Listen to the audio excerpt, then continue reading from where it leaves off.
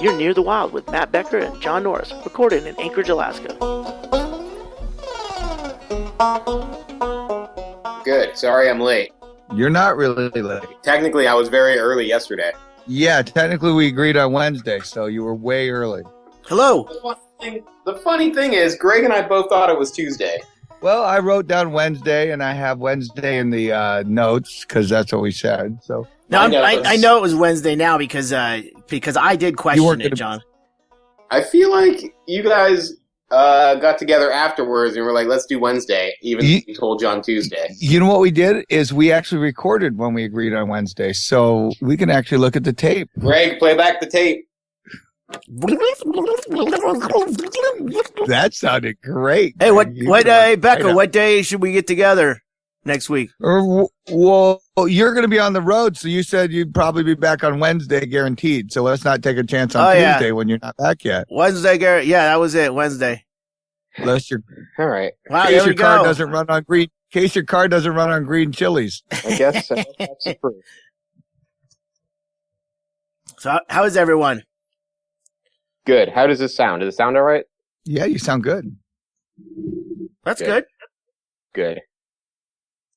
I keep switching microphones. Yeah, I'm gonna get a new mic. I think. Which mic? I don't know. I want to get something just fancy. Fancy. Yeah, something fancy with a beer tap in it.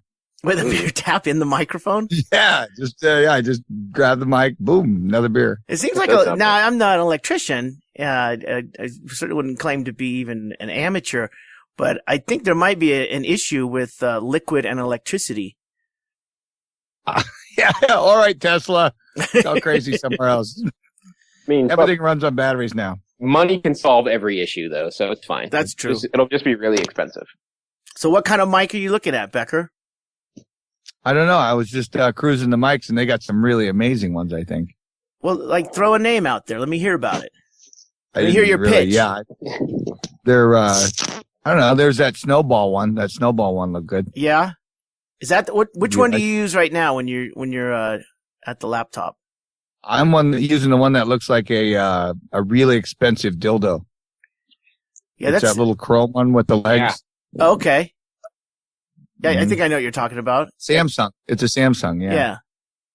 Which I don't hate it. I like it, but I think I could do better. Well, you've got the other mics. You've got the mics that on the boom arms that you use out in the bus. Yeah, but we can't figure that out. Oh, you still. I mean, we can't figure it out into Skype. We can't get it to record onto the computer. Okay. I bought more cables though. I'm a member of Amazon Prime now. Oh, did you see that you can get Amazon Prime for $67? After you already got it for $100 a year? Yeah, no, but I'm on the 30-day trial. So nice. I'm canceling my trial, and then I'm just going to sign up. Now, the thing is with Amazon Prime is that's a big deal for Alaska because, number one, you're at the mercy of shipping costs and companies that do not even ship. They treat Alaska as if it's the moon. Home Depot being one of them. But now they offer Amazon Prime to residents of Alaska, or at least Anchorage. Yep. And, one of Alaskans' favorite hobbies is getting drunk and ordering things online. So it's like... I think that's a national pastime, John. I don't think that's really regional. Oh, yeah. Yeah. I mean, but you can go outside all year round, though. There's a couple months here where I just stay inside and get drunk and just order everything. We're not the only state with non-speaking wives. That's what we do here. We wait for the FedEx guy and the UPS guy and the mail call every day. There's something, especially right now with the new studio and buying all the bar products that come in. Like the beer mat or the bar mats, the shaker sets. Bar stools. We just got 4 more bar stools in yesterday. Every day there's something. Now people are sending, like, I worked at a bar for 10 years. I got all that stuff. So now they're just throwing all that stuff in a box. So we don't know what we're getting. That's even better. That's even better because sometimes you're drunk and you order things and it shows up and you're like, what the fuck is this? You have no idea. But some of these things, we weren't even drunk and it's stuff that shows up and we have no idea. See, I'm trying to curb that kind of behavior. I'm trying to get my finances together, and so I'm trying not to buy anything. And I'm finding it's not really possible to not buy stuff. You have to buy stuff to live. Yeah. But even that stuff I don't want to buy anymore because I'm just bad at shopping. A couple of days ago, I went to the grocery store and I bought powdered peanut butter. I don't even know why. Oh, I saw that actually, and I managed not to buy it. I bought it. It was really important to me that I picked it up. That's step one. That's like, don't ever pick it up if you're not going to buy it. But I picked it up and I was like, I need this. Yeah, have you tried it? Because I was like going to try it in the store, but I couldn't find where a bottle of water was. I tried it once. It's kind of salty. I don't know. It's weird. But did you use seawater? Nope, just regular old tap water. I don't know where that comes from. Maybe the ocean. But it's too much work. I'm never going to use the whole thing. John, this seems really odd. You can bag it up in little bags and sell what you don't want. But why? What was the allure of peanut butter that takes longer to put on bread? I guess it was a novelty. I've been eating peanut butter my whole life, and so I saw this powdered peanut butter. I was like, I don't know. They powdered it for a reason, I assume. I think they powdered it to put in shakes or something, right? Yeah, and I'm not a big shake drinker. Yeah. I like the idea of a shake. So maybe, I guess I'm going to have to start being a shake drinker so I can use what I bought. Well, how did it taste? It tastes like peanut butter. Oh, okay. Step one, complete. Have you put it in your coffee? I actually thought about putting it in coffee. See, that sounds intriguing. But I feel like it would just make my coffee like thick because when you add water to it, it actually just becomes like peanut butter. Well, no, you don't just put in powdered peanut butter into your coffee. You also put in some butter, and that keeps it nice and slickery. Not a word. Yes, it is. Yeah, completely a word. I think it is.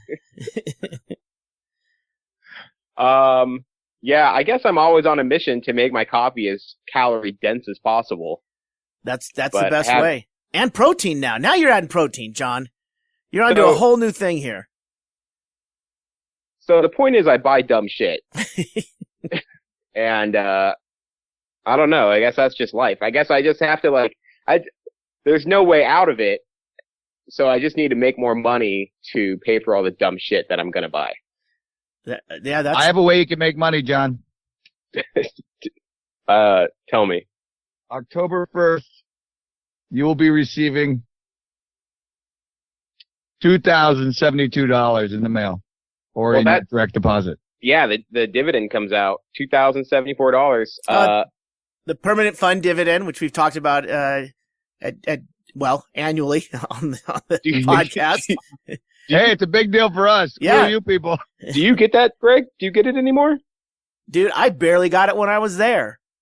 So you're out this year. Well, see, the fucking problem was when we did leave there a couple years ago, we left like right before New Year's, and you have to be there physically in the state or something like that on the 31st of December, which had I been thinking of like, hey, how do we cushion this move a little bit with a little extra cash?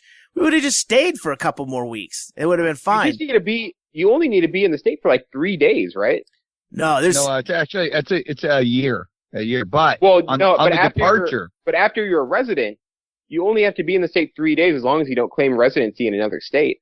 No, there's something else on there because I remember even when I was playing in the band, I was basically relocated up to Anchorage. I had an Anchorage license, and I spent time away so much that it was a problem. And then, I'm law abiding, so I'm not, and my friends don't want to sign something that is, possibly going to get them in trouble. Yeah, and I don't want to get anyone in trouble. Because if you sign, because you have to have 2 other people, residents sign, right, Becker?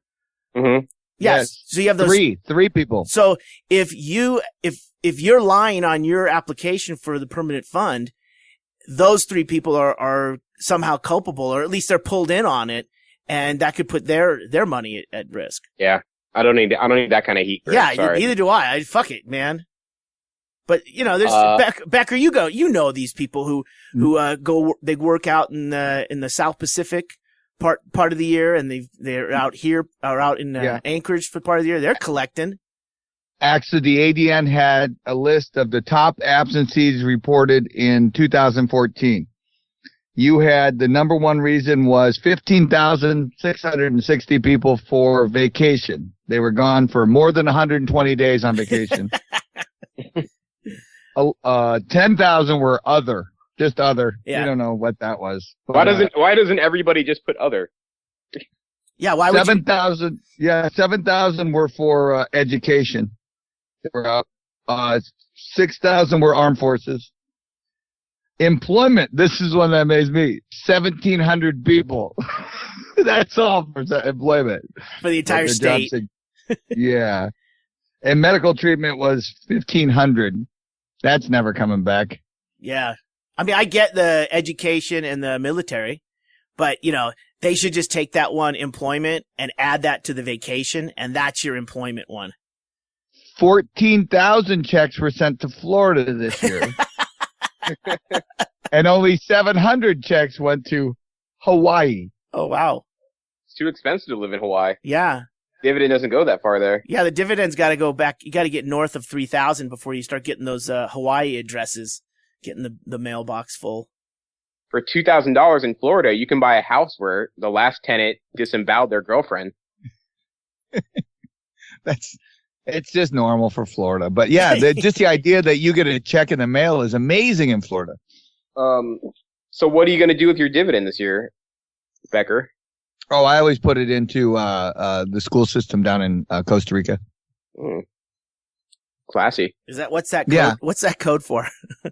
Oh, well, I get drunk in Costa Rica near the school. I throw the empties over the fence at the school, and the kids pick them up, and then they turn They're them in. worth the nickel. Yeah. They're worth the nickel. Yeah, I got really shit-faced last night, and then... Oh, it wouldn't be the new bar, would it? Oh, my God, it's so fun. When does it close? It doesn't. That's the beauty. But there's... It's Las Vegas. All 5 TVs are up now, and then we went today to go get the a sound bar, because the TV, the speakers on a flat screen TV are just shit.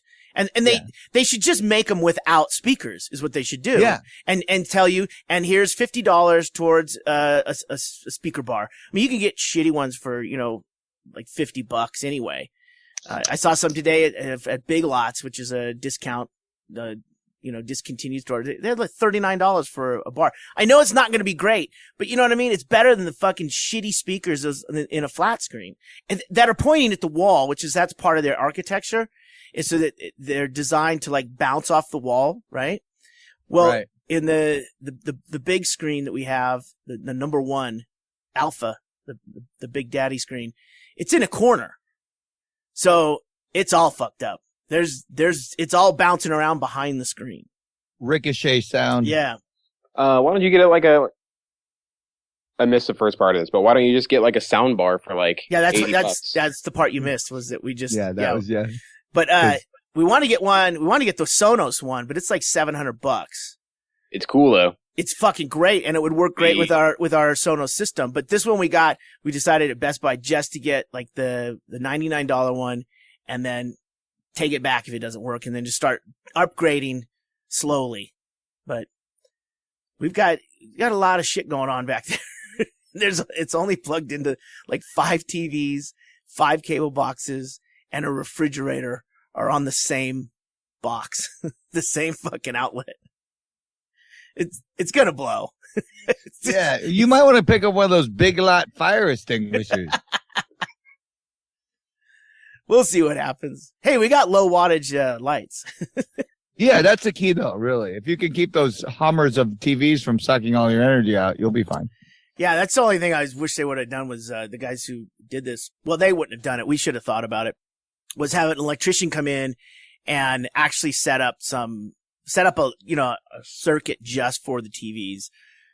But what we learned, 2 circuits for the TV. Yes. That way, if one breaks, the other one still takes. Yeah. So I don't know. We'll see what happens. But now I gotta pull the fridge out and get back there and plug in this sound bar. But it'll help. It'll help a lot. TVs aren't wireless. the TVs are wireless to get content, but they have a Bluetooth capability on these sound bars, but they don't have a way for the wireless connection between the TV and the sound bar. And Which is crazy when you think about it. Well, that's what's next. Get rid of the speakers and put that in. Why would you get rid of your TV now unless all of a sudden they came out with that wireless capability next season, right? That's going to be the next thing. But you're right. Take the speakers out, put that in there. Yeah. In that spot where you wasted the speaker space. Yeah, and then keep. Because I mean, the whole idea is a flat screen. You put it right against the wall, and the speaker now is against the wall. Yeah. Dumb. So anyway, yeah, it's great though. The bar is fantastic, and still tweaking it. Doug leaves in a couple days, so then we'll be working on kind of tightening up the cleaning up the podcast setup, because the bar wasn't really made with the idea of the gear I have to set up, so I'm having to fucking find shit to shoehorn everything in. You should make discrete mics in the bar so you don't even see them. We're gonna do we are gonna do a condenser mic in the back to get like the chatter in the back, which I don't like. If you want to fucking talk, get on a microphone. There's always microphones. You should have hidden microphones so they don't even feel like they're doing a podcast. Just have like a house plant on the bar next to them, but there's a mic hidden in it. Well, there was that one you did at the restaurant. Do you remember? Or I don't know who was there, but you did the restaurant and there was a clattering plates and everything going on in the back. That was kind of cool. What was that? I don't remember. It was one of the road ones where you're like, well, we're doing it at the something comedy club and they let us do it. And was that with Brett Erickson? Maybe, yeah. Yeah, that was Brett Erickson, Mishka, and that was the last, that was last summer, I think. Yeah, I don't know, but it was kind of cool. It had that jazzy feel to it. Yeah, background noise is all right, but too much is. I mean, like a bunch of people talking might. Yeah. Start like eating with everything else. I remember before, unless you have everybody in the back just like whispering like rutabaga. So just peas and carrots.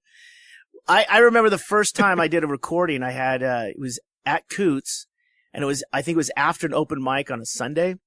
Or it might have been a Wednesday. I know everyone was really drunk, so it's probably a Wednesday. And I set up in the old game room on South Long. So we're in the bar on like not a very busy night, but it was still early. It was only like 10 o'clock at night. And I had, I think, 5 or 6 microphones set out. And we were right behind where one of the speakers are, so the speaker's pointing out away from us. So you could still hear. But as everyone got drunker, they just kept shouting in these microphones to where the levels are just, through the roof. And then I realized that that's why you put on headphones. So that, because when you can't hear yourself, because the noise gets louder and louder in the bar, the volume keeps going up. So your voice goes up in relation to that.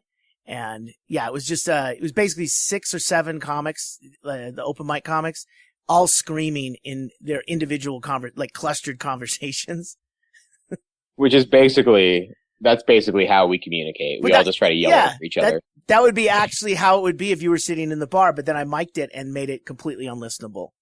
Which is exactly the experience of sitting in the bar with us. Yeah. Totally not interesting. Yep.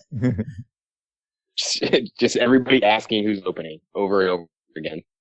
Yeah, and it's like being one of those FBI vans. You gotta listen to fucking 16 hours of stuff for one genius. Hey, I think you said it. So I did get we went out to Santa Fe. Woo! Santa Fe, New Mexico. Santa Fe, New Mexico. The home of the waltz. The home of the waltz. No. Yeah, the waltz didn't really happen. It was definitely in the back of my mind this was going to happen, and they do a lot of old style dances, like on Saturday night, the night of the reunion party. We all went to dinner, and then we went back to the university. Well, it's a college, St. John's College, and it's liberal arts, so it's very intensive reading curriculum. There's no grades, but there's a lot of papers and stuff, and there's a pretty big fallout rate.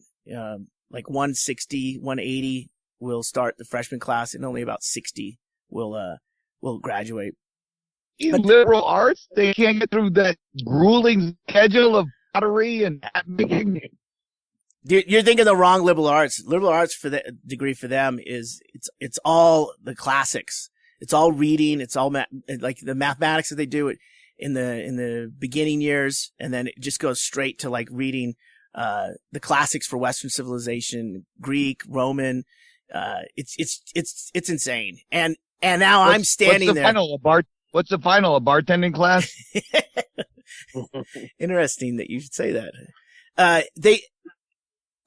It was interesting to me because I've got, an associate's degree from a community college in Southern California, and I'm listening to these people talk, and I can't fucking follow what the fuck is going on. And they're having conversations like they would have at school, like while they were attending.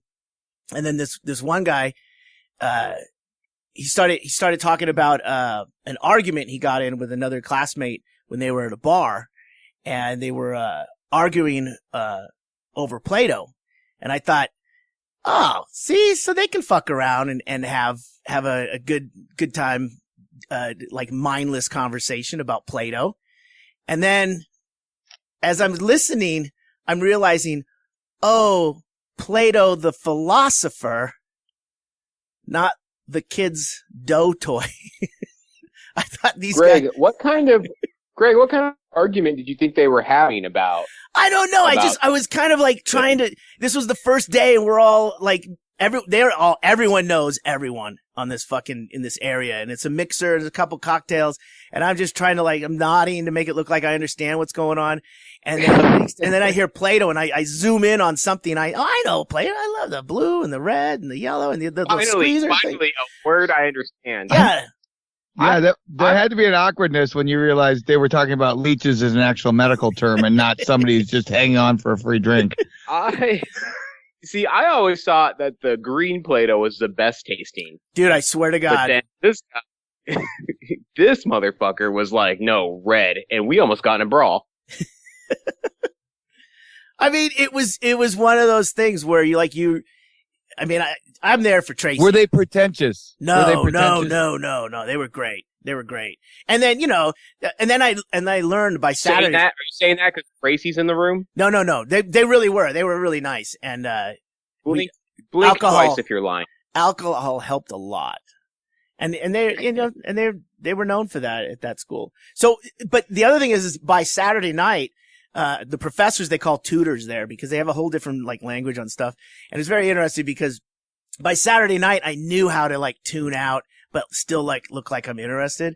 So that this one of the students from the reunion was talking to a tutor, a guy who'd been teaching there since Tracy went 20 years ago. He's still there, and he's like a utility guy. They'll put him anywhere. And he's a really interesting guy. And they're talking about Confucius and the Eastern civilization curriculum, which is after you graduate. And they start going, and I'll try not to get too dry here, but they started talking, and I caught myself looking at his beard and just like finding something interesting about his face, so I can look like I'm listening to him. But I'm not. It's Charlie Brown's teacher. It sounds like he went to a late model hipster party. Is what it sounds like. Yeah. A lot of craft beers, a lot of beards. You know what? There are a lot of. How many people raise chickens? Did you talk to them? I don't know. None. But yeah, no. There's a lot of lawyers.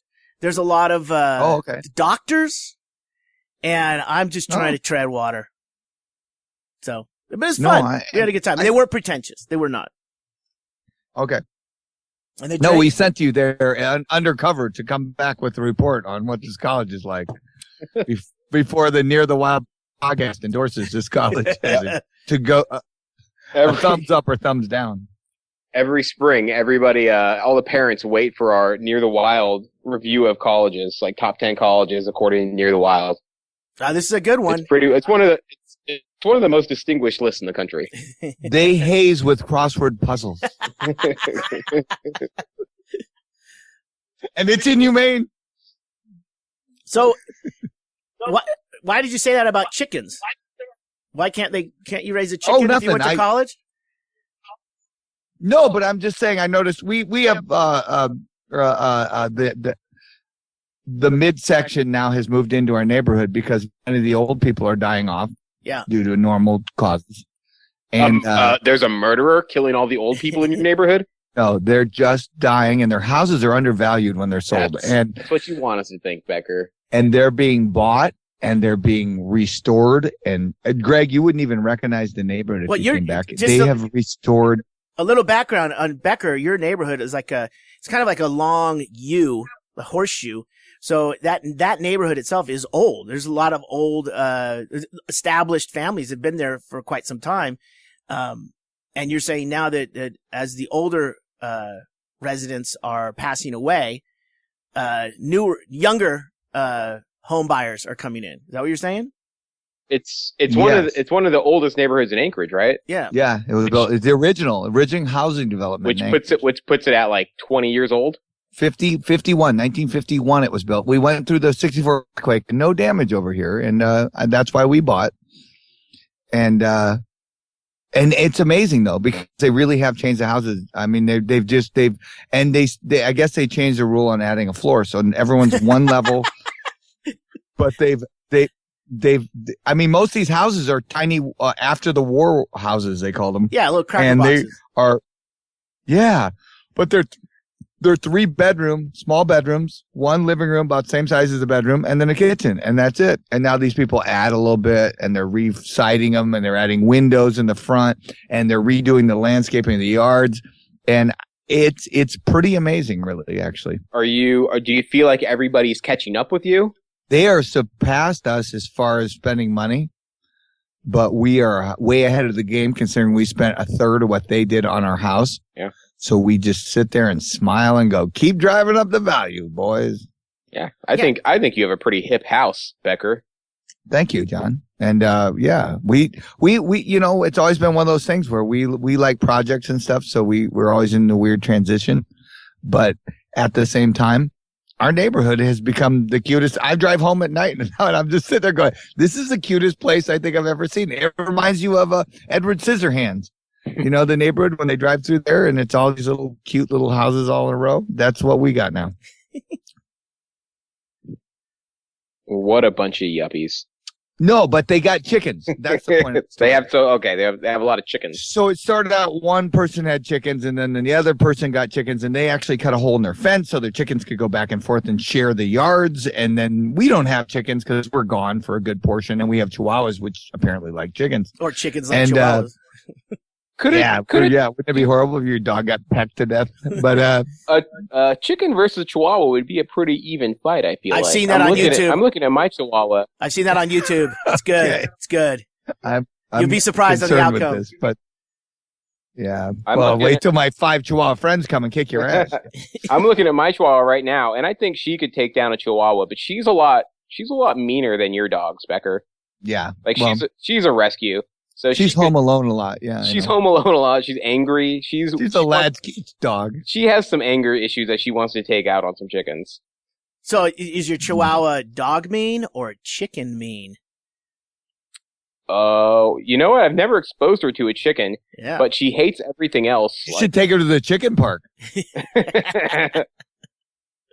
Oh, boys, we got a Chihuahua in the old chicken park. Okay, so what happens is it's raining cats and dogs, no pun intended, but the other day we had 8 days of rain because we're having a real winter. We're going into it. I saw that October 1st we're supposed to have snow. So go fuck yourselves, all the people that said, well, the internet said it was going to be a mild winter. I go, then don't buy snow tires and drive the Elcan. Because we need more organ donors. But we saw the chickens. The neighbor guy had chickens because the other 2 side had chickens. So then all of a sudden he gets chickens because he has a kid and so he has to get chickens, I guess, is the thing. So anyway, he doesn't have his yard set up. That's the house that you lived in, Greg. He doesn't have the yard gate set up right. So the chickens apparently know how to get out of the gate. So they're running the neighborhood now. All of a sudden I look in the back and then we got a chicken back in the, where we have our flowers in your backyard.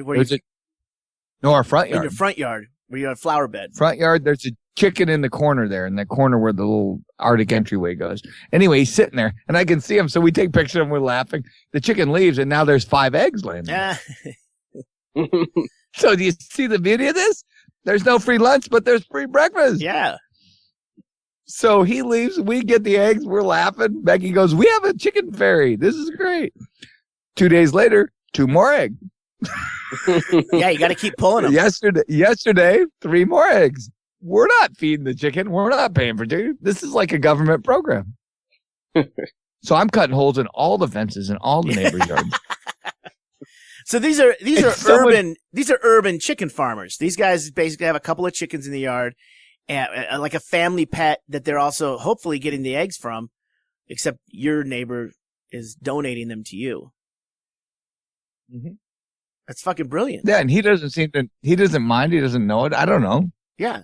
I don't know what the deal is. All I know is we've gotten eggs. We ate them the other day. We poached them.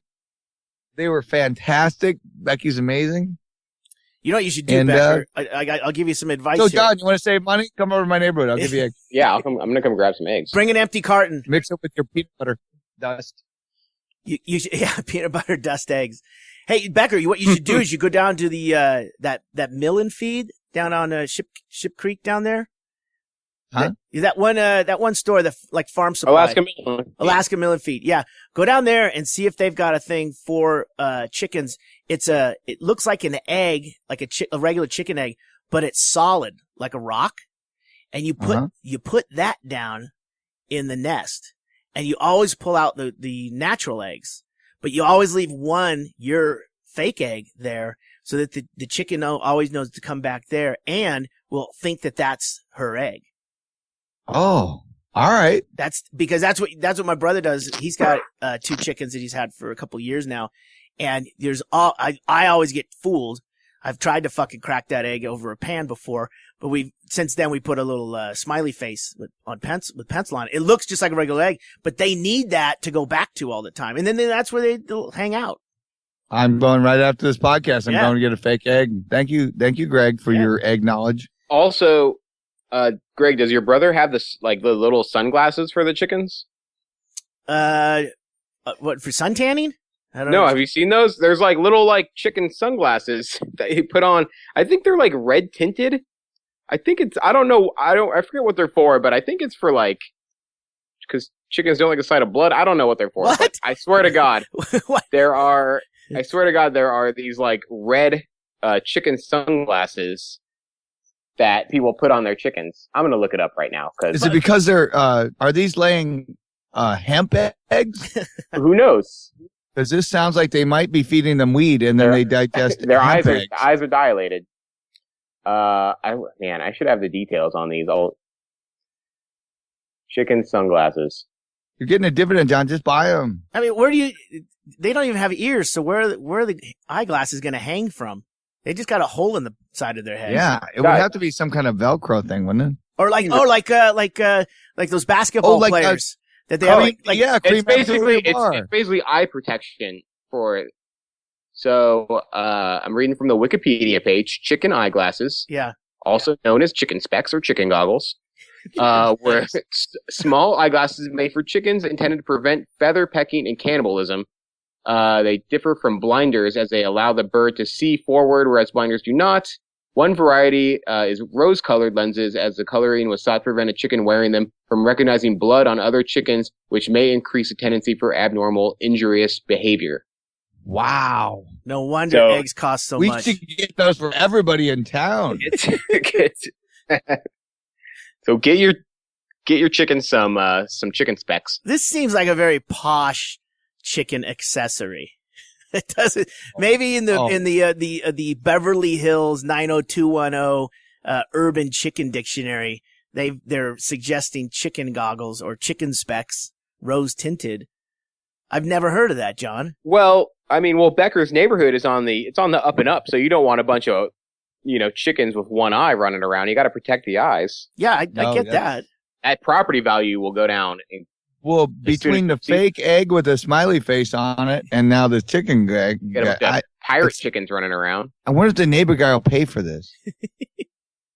Because I don't want to have to put any money out for free eggs. Maybe his insurance would cover it. That's yeah. Okay. Well, I'm looking into the goggles though. That's chicken specs. because I think about it, he comes home with glasses on. He'll be like, "How often are you going out at night?" Hey man, leave me alone. I'm going to my room. You're not my dad. Teen chickens can be a nightmare.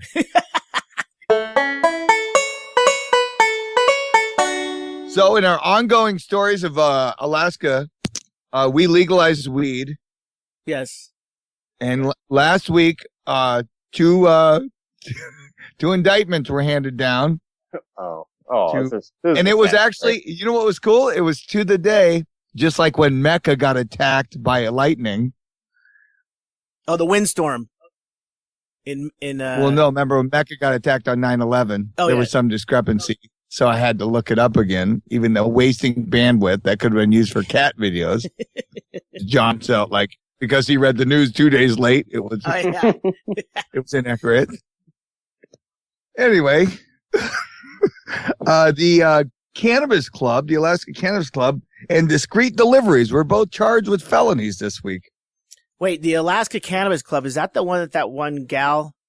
Chaille Green? Charlo Egby. Yeah. Egby, that's right. Name's Egby. Is that is she still connected with that group? Yep. Oh. She is for now. And she was indicted. But don't worry, Greg, because if you feel bad for her, you can contribute to her Indiegogo account. Oh, God. For her legal defense fund. Unfortunately, most of the people she knows, she brags about how much money she's making selling weed at the Cannabis Club. But she didn't just brag to the people there. She bragged to the undercovers also. Now, the interesting thing of the story is the Discreet Deliveries, which they've seized their cars. Because here's the thing. What people don't realize, yes, we legalize weed. We currently have no different laws on the books yet. So poor Bruce Schulte, the man in charge. He's actually the one working with the local government. And I guess he's like an advocate for legalization.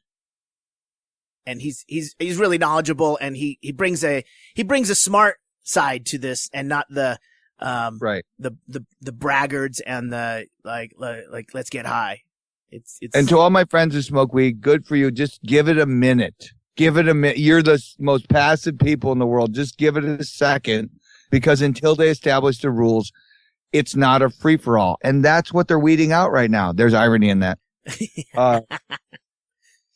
The Discreet Deliveries was basically delivering discreetly. It's right in the name. Very discreetly. For $10 deliveries, they discreetly bring weed to your home, which shows you that we legalized it. Unfortunately, they delivered 360 ounces at and a $10 delivery fee, which is funny. It was $360 an ounce is what I'm saying. And it was a $10 delivery fee. I just think it'd be funny if you had the 360 and you're like, oh, and delivery. Do you tip them? I don't know what you do here. But you're giving them quarters and dimes for the $10 and you covered the weed cost. Anyway, they seized them. They found 31 pounds of marijuana. Wow. They found their records, which is always important if you're on the fringe of the law, to keep very clear records. Meticulous. You don't want to be accused of cooking the books. Yeah. So it turns out sales from the beginning of the year till the seizure on last week, or about a month ago, right? It was like a month ago. They had $700,000 in sales in Fairbanks, Anchorage, and Kenai. Awesome. Making it a very strong felony case. Hey man, we're gonna treat this like a real business, man. I want to keep track of everything. Every sale, and this way we're gonna know. We're gonna expand down to Kenai. We're gonna get into Soldotna. I know a guy over in Homer. Yeah, we're gonna do this right. Keep everything real legit. Legit, man. And all those punch cards keep coming back. So your free ounce after 12 might come back to haunt you. They were trying I guess they were trying to get a jump on the recreational sales, but well, actually, it turns out their business model is drug dealing, is what they want. Oh, okay, yeah, got it. Yeah, because there's no real basis in law for what they're doing, and there's no one open with recreational sales right now in the state. Now, the interesting thing on the story was the Alaska Cannabis Club got hit as well with Shiloh Green. And they did it on a year to the day that she said, fuck it, I quit, which I thought was ironic. On TV, on her television job. She now has a felony charge on the day she, fuck it, I need a lawyer. Ay. And the Cannabis Club, refresh my memory. She sold the undercovers. But the Cannabis Club, what's their goal? Is it like a knitting circle kind of, but it's, for weed? I think so. According to Charlotte Green's Indiegogo Defense Fund, for more than a year, Charlotte Green's organization, the Alaska Cannabis Club, has been the only entity actively serving the needs of Alaska's medical marijuana community. Mm-hmm. Charlotte and Alaska Cannabis Club members were the sole citizen group publicly advocating for the passage of Ballot Measure 2, which would legalize recreational cannabis usage for adults. I don't know if that's true. I think that's well, it turns out they were the only group. It turns out that the medical part was the her need for weed. But the problem is, and the funny part with her story is that they bought from her and she sold it. What they were doing is you could make, you it's $30 to be a member. So that gets you in the door. Yeah. And then it was a donation and you happen to get weed with whatever you donated, which starts to sound a lot like she's selling weed. Yeah. How much did you put in there? Okay. That's what you get. Yeah. So, but, and for all the weed people out there, you realize that she's the black eye on this whole thing because she's doing it wrong and making everyone look bad. So weeding her out is a good idea. Becker, I think you nailed it. You nailed it when you said these first people that are jumping to action prematurely, they're just going to swoop them up. And then once everything is gone through that's what Bruce Schulte said before when this thing was starting to get some legs and they were looking at how they were going to change things written on the books. He says, look, this is still government. Things don't move fast. There's going to be months before anything happens, but this is the right step. And that's exactly what's been happening. Remember the old saying I used to have, and it's still one of my favorite pot jokes is, I go, a watch pot never boils and a person on pot doesn't need a watch. I think eventually they're gonna, change the drinking age to 18 years old. So I've already begun selling alcohol to 18-year-olds. And that's a great analogy on what exactly, because there's already laws established that maybe that would be illegal. I don't know. Well, like I said, I feel bad for the people who pot because they're getting up in arms going, well, this is crazy. I go, no. Just take it really slow. Yeah. You really can't just make your own rules and go, it's a business. And they go, yeah, it's called drug dealing. It's really not a hard business to figure out. Yeah. Done before. But so what happens in Colorado and Washington, I think in Washington, so they started going back and, if you were like busted with marijuana, before it was legalized, they started taking applications to go through and expunge your record. So do you think eventually, even if both of these entities are charged with crimes, they could someday be expunged, which is my favorite word? I think what this comes down to is Alaska's taking a different look. We're sitting back. We're not like a Colorado where all the surrounding states are buying it. The only person you could sell to in Alaska would be Canada, and we were getting most of our weed from Canada already. So the idea of selling drugs back to your old drug dealer is not going to work as well as you think. Now they got to tax it. They're going to tax it, and they don't know how they're going to tax it. I think back to John's question is these people, the discreet delivery and the Alaska Cannabis Club, they're breaking the law because they've entered into a commerce situation. We're not talking about personal use. We're not talking about cultivation at home. We're talking about them actually breaking the law in that they're operating a business illegally. So I mean, like you said, they might expunge someone's record for a personal use amount that they had now that it is legal. That might be, I don't know what the story was, but it seems like that would make sense to clean up that person's record. Right. But for this, there's other egregious acts here, and especially with Charlotte Green, who allegedly has been dealing or selling weed under the guise of it being a knitting circle for pot enthusiasts. She's just waiting to get fucking popped. And the thing is she's taking the spotlight and she wants to run with it. But the thing is there's legitimate people that are sitting in the wings that are waiting like you're supposed to. And they're going to do an amazing job. And we're going to work out all the details. And it'll be fun. And it'll be fine. You know what, Becker? Those people didn't quit their job on air. She's got to make money. Yeah. She's got moxie, that one. Yeah. She's a go-getter. She's a go-quitter.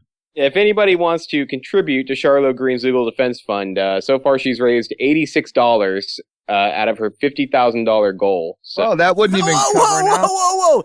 $50,000 is her goal? Yep. Oh my God. She should call discreet deliveries. Yeah. She's going to sell a lot more weed. I'm actually amazed by the 5 people who have contributed in some amount, adding up to $86. That's incredible to me. What's amazing to me too is so when they did the whole search warrant, they released more information on today, and they said that she sold the undercover, whatever amount of weed, and then she gave him cookies. He bought 2 cookies which tested for THC, and she gave him honey as the bonus, like they do at the fireworks stand. I'll give you a THC honey, and she put a sticker on it that said THC honey. And when they tested that, there was no THC in the honey. So she's a liar too. You're a ripper. You're a bad dealer. Call the Better Business Bureau. Yeah, now you got them on them. Yeah. So that concludes our Anchorage Weed Watch. Ongoing story. Yes. It's the second day of fall, or is it the first day of fall? Is it the first? I think it's the first day.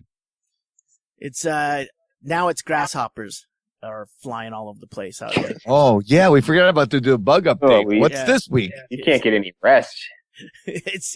I was just walking from the main house into the little house where I got the podcast set up, and I had a mug of like Bailey's, and I was gonna make a coffee, and then I had something in my other hand, and then a grasshopper got on me, and he was like in a spot, like you try and itch your back, but you can't quite get your shoulder blades. It was like one of those things where I'm trying to get him off of me because I don't want him to go into the little house because then I got to track him down later. And those guys, they fly like kamikaze pilots. You don't try and catch one. They don't even know where they're going. And I had to put everything down to get this bug off of me. and then, I'm looking at him and I'm going, man, I wish I had some fucking chicken goggles because he could go right in my face. Dude, grasshopper eggs. That's the future. Delicious. And a hunter got attacked by a guy from, where was he from?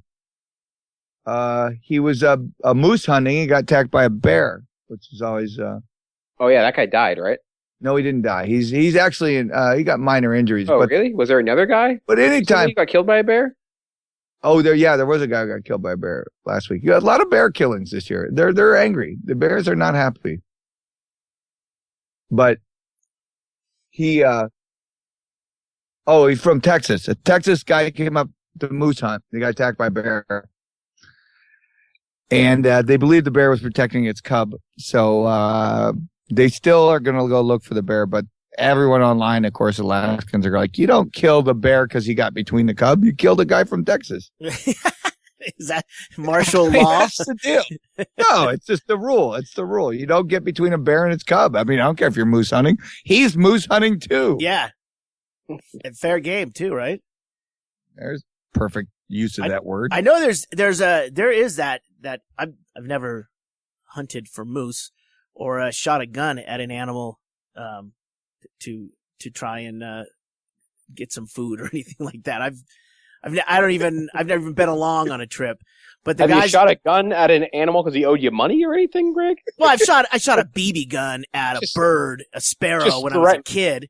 I mean, I don't want to, say that I've never aimed a gun at another living thing, but I mean, that was a long time ago.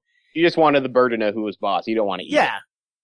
And the gun is, Greg, the gun is supposed to go up with your age. So you start with a BB gun, then you work into 22, then your thing. And by the time you're 80, you got a bazooka. Yeah. I'm killing that block. Well, I I remember guys at the bar talking about hunting because we knew, Travis and a bunch of other guys who were guides. Yeah. And, that shot rings out to kill a moose or a caribou or whatever you're going for. That's basically a dinner bell for any carnivore that can hear it for miles around. And then they're going to hone in on it just by the sense of smell. So that once the shot goes and then that animal drops, then it's a race to field dress it and then get the fuck out of there with someone standing guard to shoot at anything that approaches. So, I mean, that right there is a reason for me to not go hunting. Yeah. The shot. Just the idea that you think you succeeded by killing something is really the precursor to the next step. I mean, a shot rings out and you'd think that would scare everything around there. And that's actually announcing fresh meal. But John, have you never gone hunting, have you? Have you I've killed an animal? Well, I've been hunting, but mostly I was just along for the hike and I've never shot a gun at an animal. I want to go hunting though. I like the idea of getting my own meat, and part of me always thinks I watch too much reality TV about the end of the world, so I think I should be able to provide for myself, but I'm also very lazy. But then all of a sudden they have powdered moose, and then you fucking drop all the interest in hunting. Exactly. Exactly. Becker, have you ever gone out and shot? No, my family all liked hunting and stuff. It just seemed like a lot of work, and I had swimming and stuff, so we didn't really get into it too much. And another very useful skill when the world ends: swimming. Yeah, and I always figured I could take them in the water, so why take them on the land? But yeah, and so I just never got into it. But my father-in-law, he goes every year, and then it's all his friends, and they do it religiously, and it's good. It thins the herd. You do need hunting. I'm not ever against hunting. I'm against machine guns hunting. I don't think that's necessary.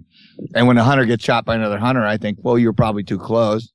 But yeah, there's just angles of it. I mean, I've had goat meat. It's amazing. I have friends. Half my friends are guides or have done, extreme hunting up here. And it's not glamorous. It's like commercial fishing. I mean, if you kill a 1,200-pound moose in the middle of nowhere, you're not driving out in a four-wheeler. You're dressing it and you're dragging it on a sled for about 2 to 6 miles. Or backpacking it. Or you're actually humping it out of there. Yeah, you have to take it all out of there. You can't just leave. You cut it and leave. Oh, and that's Alaska reality show got nailed with the out-of-staters. Yeah, I saw that. Illegally hunting bear. What was the name of that reality show? It's not one I've seen, but it was an outdoorsman. I don't think it's a reality show like the those Buck Wild kids up there or anything like that, or the Kilchers. I think it was more of a sportsman show where they go on hunts and they have they're introduced to a certain landscape and they go out and they look for caribou or bear or something like that. But apparently the guy killed a bear illegally, and then apparently they went on a lot of hunts. But he was recording the whole thing. Yeah, that was the beauty. It was the Syndicate. Yeah, the Syndicate. And wasn't it, somebody said, I don't know if this is true, but I'll repeat it, that the person... As long as you put that up front. The people on the show were presenting themselves as lifelong Alaskans, but really nobody on the show had lived in Alaska for more than 6 months. They were charged. Yeah, it was the host of the show, Clark Dixon, 41, from Hazelhurst, Mississippi, was charged with 2 felonies in the Lacey Act. And the other was from Tennessee, Louisiana, Nevada, and they were all charged with misdemeanors. But they released was, it appears that all of the hunts they did on that show were illegal. Yeah. Every one of them. How do you make that mistake? Well, it's not a mistake. You're not from here? Yeah. That'd be a good thing. They couldn't even ask anybody, like, hey, can we go shoot beavers right now? And somebody'd be like, no, this is not My beaver season. problem with the out-of-state hunters are the yahoos we get. I've gotten guys up here. Like I said, we know guys. They go, you'll get these guys from New York come up. I'll come up here to help you kill your bear because you're too stupid. And you know where they shoot them? At the dump while they're eating garbage. Then they get them mounted like they were going to attack them. I go, you shot him with a fucking pickle barrel on his head. And you're somehow a huge sportsman. Fuck Becker, you. that's when they're at their most dangerous. And they've been filling up on half-eaten Twinkies and maybe an old boot. They're all angry, and they're trying to protect their dump.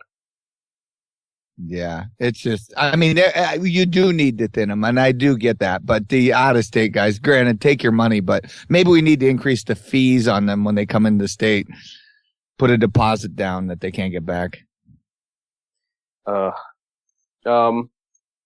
We should just call this episode Law and Order Alaska. We are hitting all the crimes. Well, I mean, we have a lot going on up here right now. We have $40 a barrel oil, and that's devastating to us. We can't sustain life on that. So, I mean, might be our last dividend. If Bruce Schulte would hurry up with these weed regulations, maybe the state would get some money, but who knows? Like it's all on Bruce. Come on, Bruce. I'm pedaling as fast as I can.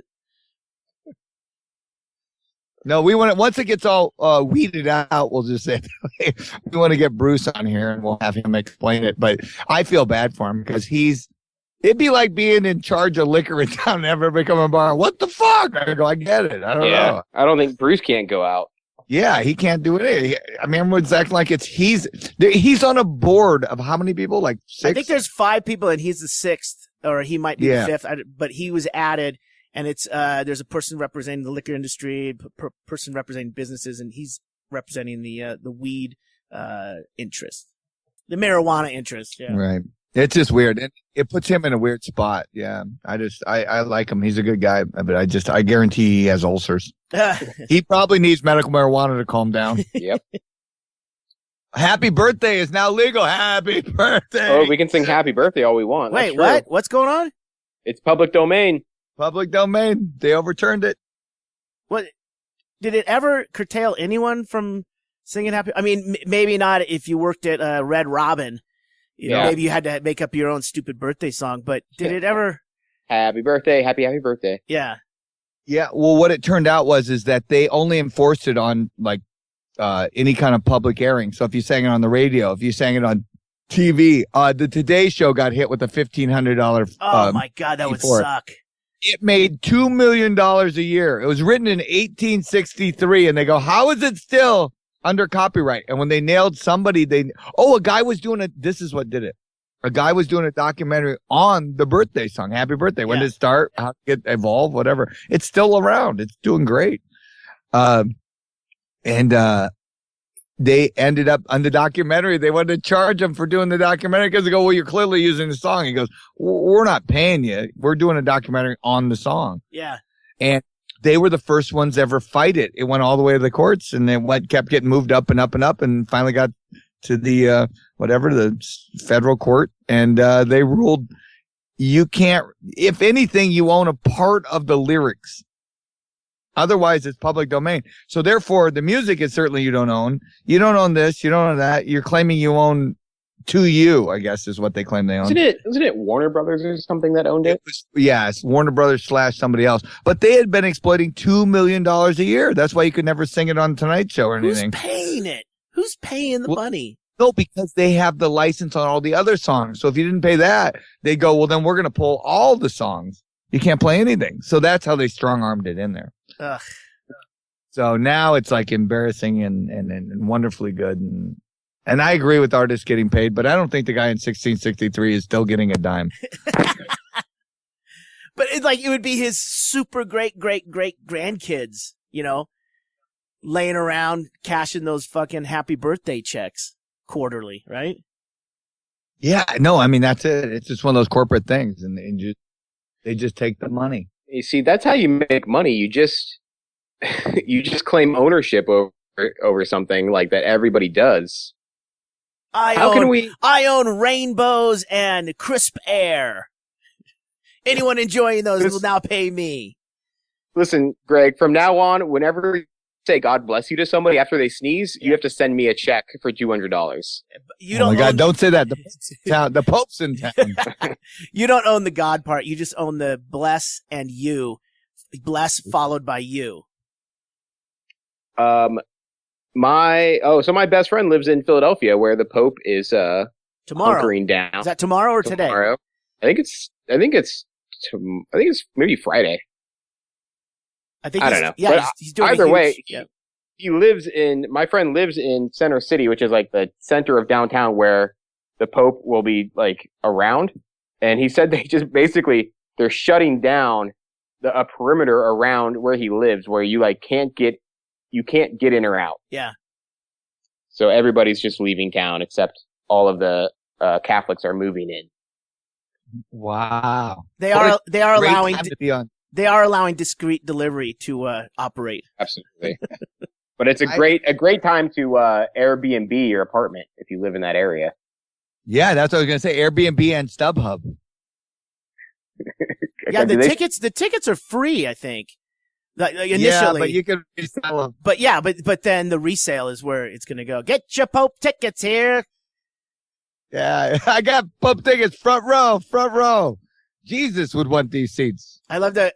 I used to scalp tickets. I got busted.